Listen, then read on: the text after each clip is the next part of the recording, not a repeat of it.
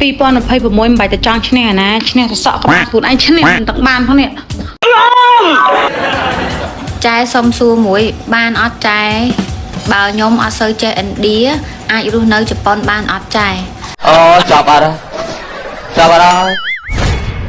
បងនៅទាំងអស់គ្នាជួយចុច Subscribe ផងណារួចហើយចុចសញ្ញាកណ្ដឹងចេះណាហ្វេនអូយរំភើបខ្លាំងមែនតើថ្ងៃនេះបងអូនស្រីនៅបវត្តឯងអើយមកដល់ភ្លាមជួយទិញបងស្រុកនេះ2ចានភ្លាមហើយidol ចាំថាជុំ idol យូរហើយបងស្រីបងខាងនេះជួយទិញ2ចានដែរអីណោះអ្នកបវត្តយើងអ្នកទាំងគ្នាបើបានឃើញបងស្រីហើយកុំភ្លេចជួយ like ជួយ share ម្នាក់មួយអីណាមកឆ្ងាយណាស់ដើម្បីស្កាត់រកក្រែបងស្រុកនេះអ្នកបវត្តអូន like share ឲ្យដាច់ដៃចោល like អាបភ្លឺអ្នកបវត្តគ្នាយើងឲ្យយកមកឲ្យ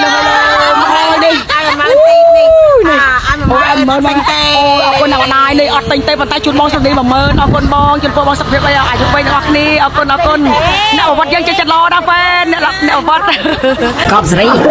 យជំរឿវាតទៅមុខទៀតវាយ៉ាងម៉េច2026មិនបាច់ទៅចង់ឈ្នះណាឈ្នះសសក់ក្បាលខ្លួនឯងឈ្នះមិនទាំងបានផងនេះ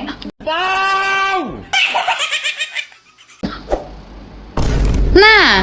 អត់មានគៀបអត់មានអីនេះវាមកអញ្ចឹងតែមកនេះអូយកប់សេរីរីម៉ាអូខេ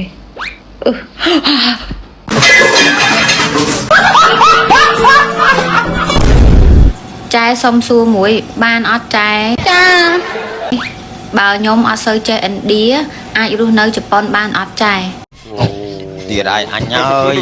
ចាំបានផ្ទះបាញ់អត់ទៅមែនបានតាអូនដូចបងចឹងបងអត់ចេះភាសាឥណ្ឌាទេប៉ុន្តែបងអាចរស់នៅខ្មែរបានចឹងបានដូចគ្នាទេអូនអាហ្នឹងស្រួលតាខ្លួនឯងសួរអីចម្លែកសូមជួនដំណឹងផ្លែកហ្នឹងហើយខ្ញុំនិយាយថាខ្ញុំស្រឡាញ់យើងតែខ្ញុំមិននិយាយថាខ្ញុំស្រឡាញ់យើងរហូតណាមកពីយើងងងខ្ញុំបោះខ្លួនឯងទេអញ្ចឹងយើងក៏បន្ទោខ្ញុំញ៉ើlên anh này mẹស្កាត់ខ្ញុំថតវីដេអូហ្នឹងអត់ចាំមែនខ្ញុំមិនថាយកមក100ខែឡាចូលប្រហែលចាយមែនគេបោកនេះសានហ្នឹងថាគេវាបោកទេខ្ញុំគិតថាគាត់និយាយត្រូវតែគាត់និយាយខុសមនុស្សខុសខ្លាំងណាស់គាត់និយាយថាចង់បានមនុស្សល្អតតតែញ៉ាយគេមុនព្រោះគាត់អត់ចេះញ៉ាយទេគ្មានទេហេព្រោះខ្ញុំអត់អីទេមនុស្សខ្លះគេល្អគេចេះញ៉ាយណាខ្លួនឯងចេះញ៉ាយខ្លួនឯងនឹងចេះនិយាយថាត្បាំប្រុសល្អតតែញ៉ាយប្រុសមុំគ្មានទេបងបើអត់ចេះញ៉ាយបែរសួរខ្ញុំឆាតមកប្រតហ្មងទៅបើអត់ដឹងថាតិចនឹកញ៉ាយមិនគេបានអត់ចេះគឺឆាតមកខ្ញុំបានខ្ញុំមានទទួលបទរៀនល្អអញរស់ហ្នឹងបាទគេថាប្តីប្រពន្ធណាពេលបិទភ្លើងកូនសតែខ្ញុំនេះអាការហើយដបងមកហើយបិទភ្លើងងាប់ចោលអត់ហ៊ានឲ្យគេឃើញទេខ្លាចអៀនគេណាតែពេលដល់ឥឡូវអត់ទេចាប្រាប់មុនឲ្យច្បាស់បើមិនបើកភ្លើងអត់បានឃើញគឺអត់អស់ចិត្តទេគឺត្រូវតែបានឃើញងាប់យ៉ាងណាចង់និយាយថាយ៉ាងណាក៏បានដេកកាន់តិចដែរយល់ទេយ៉ាងណាក៏បានដេកកាន់តិចដែរចាតើនេះខ្ញុំនិយាយចោលណាសម្រាប់បងប្អូនណាដែលគាត់លេងហ្គីតាលេងជើងបងមិនសុំជួយដកគីឡូខ្លះបានខ្ញុំអ្នកលេងតាមខូចខ្ញុំលើកថតទៅណាបងមនុស្ស40គីឡូហើយមិនមើលទៅលើរាប់រយគីឡូមិនលេងជើងអត់តនិតខ្ញុំមកតិចបងគីឡូ40បាយមើលទៅលើគីឡូជើងមិនម្ដងតិចចង្អត់ដល់គូដល់បងខ្ញុំហត់នឹងលេងគូហ្មងសុំតែតែមិនជួយលេងហត់ដល់ពេញផងណាបងណា I love you ហើយស្ដាប់មកណាមកងាប់ហើយអត់បានមួយម៉ាត់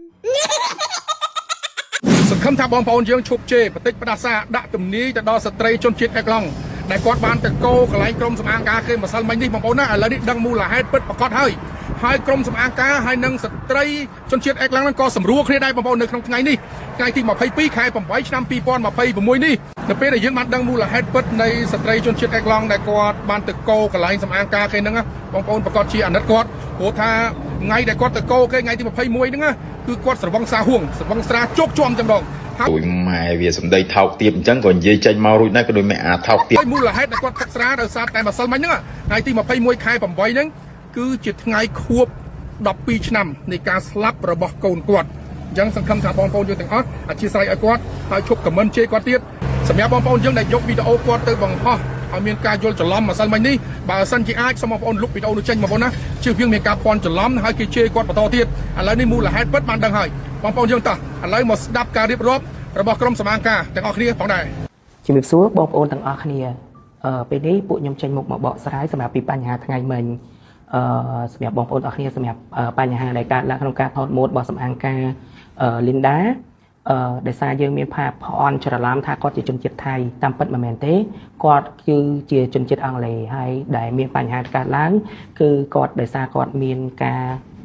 stress គាត់ពិបាកចិត្តដោយសារថ្ងៃមិញហ្នឹងគាត់បានហូបស្រាហើយស្វឹងហើយមួយណាទៀតបូកជាមួយនឹងបញ្ហាគ្រួសារកូនគាត់ខួបស្លាប់12ឆ្នាំទៀតអញ្ចឹងហើយធ្វើឲ្យអារម្មណ៍គាត់អត់ល្អគាត់ក៏មក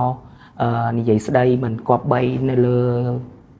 ចំពោះពួកមកលើក្រុមការងាររបស់ពួកខ្ញុំដែលកំពុងតែថតម៉ូដអញ្ចឹងហើយមិញហើយក៏ពួកខ្ញុំបានជួបគ្នាហើយវែកញែកនឹងដោះស្រាយហើយដោយសារគាត់មានបញ្ហាសុខភាពផ្លូវចិត្តដែរអញ្ចឹងក៏ពួកខ្ញុំអត់ទោសឲ្យគាត់អញ្ចឹងអត់យកទោសអូដំណើរទៀតទេហើយក៏សូមបញ្ជាក់ថាក្នុងវីដេអូនេះផងដែរដោយសារគាត់និយាយអីពីដើមមកដែលគាត់រៀបរាប់អីយើងអត់បានថតជាវីដេអូផាតាអីទេយើងចាប់ផ្ដើមតែគាត់និយាយមកគឺពេលដែលគាត់ផ្ទុះស្រាយហ្នឹងគឺគាត់និយាយខ្មែរនិយាយភាសាបរទេសលាយថៃអញ្ចឹងហើយធ្វើឲ្យមានការភ័ន្តច្រឡំថាគាត់ជាជនជាតិថៃតាមពិតមិនមែនទេគាត់គឺជាជនជាតិអង់គ្លេសប៉ុន្តែគាត់មកធ្វើការរស់ស៊ីនៅខ្មែរនិងចេញចូលប្រទេសថៃដូចគ្នា I'm very sorry for my behavior yesterday. It was a nearly 10th anniversary of when my son died. I lived in Cambodia a long time and very difficult for me when I come back because this was his home and I'm very sorry for my behavior. It was not how I normally behave and I should not have behaved the way I did. I have many Cambodian friends and I have to apologize completely for my behavior. And I'm very sorry and I am a guest in this country and I should not have behaved that way. I'm sorry. Chẳng chưa, mất rồi. Ý chạy mình chưa tới à? Bạn nói ấp chưa thì anh chưa ai nhá.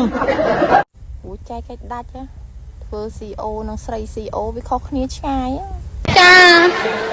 Bật vừa xây CEO với sro lắm, vì bán chim tô. Mà dưỡng CEO xây nó với tên đó.